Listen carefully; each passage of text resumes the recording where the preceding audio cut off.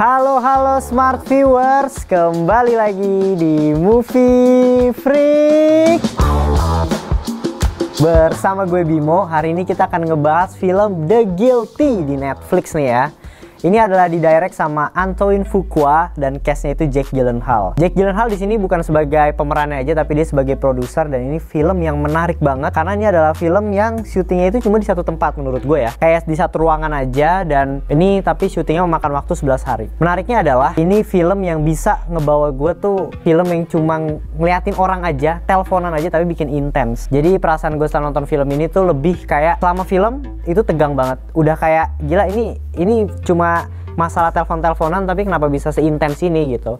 Menurut gue salah satu faktornya adalah acting dari si Jake Gyllenhaal ini sendiri. Nah, sebelum masuk ke reviewnya, sinopsisnya itu bercerita tentang operator 911 yang mendapat telepon dari satu kasus atau satu orang yang tiba-tiba merasa dirinya itu terculik gitu, yang bernama Emily ya. Nah, si Emily ini dia itu diculik sama satu pria dan mempunyai 2 orang anak yang tinggal di rumah. Nah, si operator 911 ini, Jake Gyllenhaal yang bernama Joe Baylor, dia itu mencoba untuk menyelamatkan si Emily ini dengan cara dia tracking nih ya dari mobilnya itu di mana, terus anaknya itu tinggal di mana dan lain sebagainya gitu. Nah, di sini kita udah dikasih misterinya nih sebenarnya. Misterinya adalah sebenarnya apa sih yang terjadi sama background dari si Joe Baylor ini gitu. Dan yang gue suka ya, menariknya lah intinya di film The Guilty ini adalah konflik utamanya, masalah utamanya sama si background dari si operator 911 ini, si Joe Baylor ini pemeran utamanya, itu punya satu garis benang merah gitu, atau punya kesamaan background gitu, punya kesamaan masalah yang sebenarnya 2 masalah berbeda tapi kurang lebih itu sama gitu, yang akhirnya mengakibatkan film ini tuh menurut gue jadi sangat emosional di endingnya gitu. Jujur menurut gue ini adalah salah satu film yang bener-bener unik dari segi premis gitu, kayak nggak kebayang aja kan, maksudnya kita buat film yuk operator 911 aja gitu loh, kayak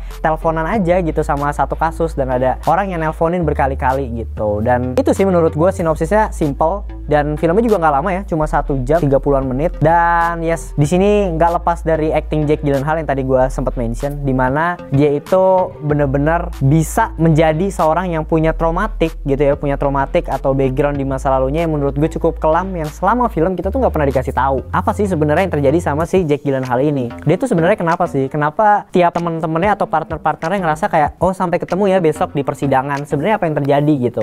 Dan jujur gue pribadi nonton, kita tuh cuma dikasih clue-nya itu bener-bener sangat amat tipis gitu loh. Yang gue suka tuh pinternya mungkin film ini adalah dia hanya memberikan clue tuh yang tipis banget gitu, dimana jadi kita yang nonton pun bertanya-tanya gitu, sebenarnya si Joe Baylor ini kasusnya cuma perceraian istrinya atau lebih dari itu kayak gitu. Dan terlepas dari masalah pribadinya yang diangkat di sini, ya konflik utamanya itu di mana si Emily diculik itu juga menjadi konflik yang menarik banget sih menurut gue, karena itu adalah mungkin bisa gue bilang ya kasus terakhir yang akan dipegang sama si Joe Baylor ini sebagai operator 911 gitu. Jadi bener-bener sangat intens banget. Jadi si Joe Baylornya ini dia nelponin nih satu-satu temennya, kayak coba dong ke jalan tol ini karena ada van nih yang nyulik seorang wanita yang bernama Emily gitu. Tapi temennya kayak ya kita nggak bisa kalau cuma jenis mobil van-nya aja, banyak di sini mobil van warna putih gitu. Jadi bener-bener dia dikejar waktu di sisi lain dia mau menyelamatkan Emily, di sisi lain juga dia juga ada urusan pribadi yang bener-bener harus dia lakuin gitu. Tapi bener-bener porsinya itu pas menurut gua.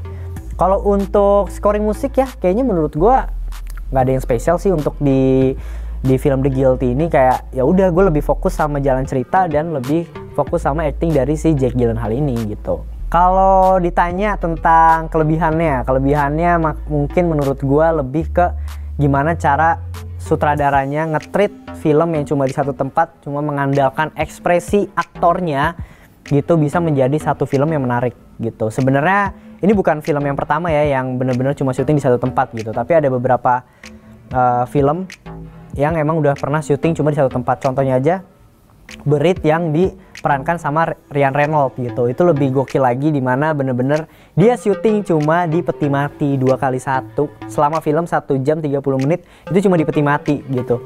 Bener-bener cuma tiduran doang aja, tapi kita bisa ngebawa kita bisa dibawa sama atmosfer dari ketegangannya itu. Nah, sama kayak film The Guilty. Makanya mungkin ya, pendapat gue ya, kenapa film-film di satu tempat tuh aktor-aktornya emang udah aktor-aktor yang terkenal gitu. Karena emang dia nggak mau gambling kali ya, mungkin karena bener-bener itu adalah kekuatan dari film yang cuma syuting di satu tempat dan mengandalkan ekspresi dari si pemeran utamanya gitu. Dan untuk kekurangannya ya mungkin ya, kekurangannya sebenarnya gue udah baca beberapa review ya, banyak orang yang bilang kayak endingnya tuh nggak paham, endingnya tuh kurang emosional gitu. Ini sebenarnya cerita tentang apa sih dan lain sebagainya gitu. Ya mungkin gue bisa memaklumi itu karena bener-bener ini kan cuma film yang bener-bener mengandalkan dialog ya. Dialog full karena cuma teleponan nih sama operator 911 gitu. Jadi bener-bener kalian tuh yang nonton juga harus fokus gitu, dimana nggak bisa tuh kalian nonton yang kayak sambil makan nih gitu, sambil main HP, sambil chatan sama temen dan lain sebagainya. Itu menurut gua ketika di endingnya itu punchline-nya nggak bakal kena banget gitu. Apalagi itu adalah menurut gua momen paling emosional banget gitu. Dan apa ya, sebenarnya clue-nya itu udah dikasih tahu dari awal. Kayak contohnya ya, ini gua nggak spoiler sih, contohnya aja ketika dia nelpon istrinya tuh kayak stop Joe, kenapa sih lu ngelakuin ini lagi dan lain sebagainya. Jadi sebenarnya konflik yang mau diangkat adalah sebenarnya si Joe Baylor ini melakukan sesuatu hal yang ngebuat istrinya itu melakukan atau dia tuh mau bercerai lah sama istrinya intinya gitu. Bukan tentang perceraiannya tapi kenapa dia bercerai. Nah itu masalah yang benar-benar ditutup banget di film ini gitu, dan akhirnya dibuka gitu. Apalagi kasus ini adalah kasus yang dipegang Joe Baylor di mana Emily-nya diculik, menjadikan perubahan karakter yang menurut gue sangat amat bagus sih. Kayak karakter ini punya background yang kelam lah, punya background yang kelam banget, tapi dimana kasus si Emily ini, penculikan Emily benar-benar ngubah si karakter developmentnya ini. Dan menurut gue ya cukup oke lah, memanfaatkan kasus yang ada untuk membuat karakternya ini berubah sikap gitu loh, yang akhirnya oke lah, jadi kayak gini aja ya gitu. Gue pengen spoiler cuma takutnya kalian belum nonton nih gitu kan. Intinya kayak gitulah, itu adalah momen yang paling emosional di mana si Joe Baylor memutuskan keputusan di persidangan yang akan terjadi di besok harinya.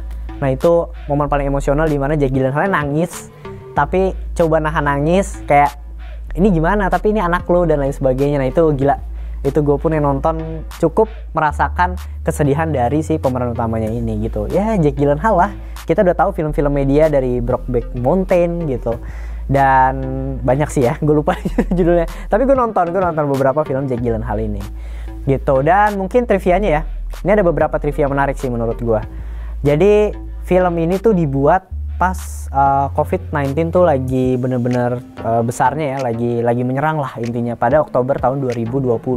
Yang tadi gue bilang dimana dia produksinya cuma 11 hari doang gitu. Menurut gue untuk film yang syuting di satu tempat 11 hari tuh bener-bener waktu yang ya mungkin dibilang bentar enggak, dibilang lama juga enggak. Berarti bener-bener kelihatan nih kalau seandainya produksi film di luar sana di Hollywood gitu bener-bener proper banget. Karena kalau gue lihat ya, gue sebagai sudut pandang penonton kayak syutingnya di sini doang, masa 11 hari sih, lama banget gitu.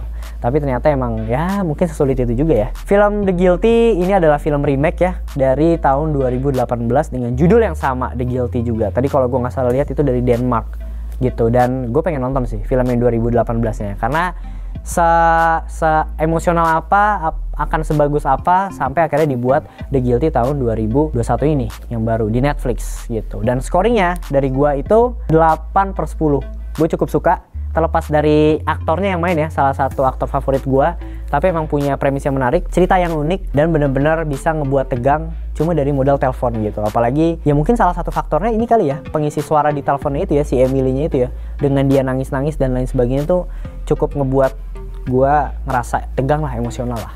Nah segitu aja ya untuk review The Guilty nih. Nah buat kalian nih ya yang udah nonton, bisa langsung komen aja langsung di sosial medianya Movie Freak gitu. Di YouTube-nya Movie Freak kalian juga bisa tulis di kolom komentar review kalian yang udah nonton, atau kalian mau rekomendasiin film juga boleh gitu. Jangan lupa juga follow sosial medianya Movie Freak nih, ada di Twitter, Instagram, dan TikTok tentunya. Untuk YouTube-nya Movie Freak, jangan lupa like, subscribe, dan komen. Segitu aja review The Guilty dari gua, sampai ketemu di video selanjutnya. Bye!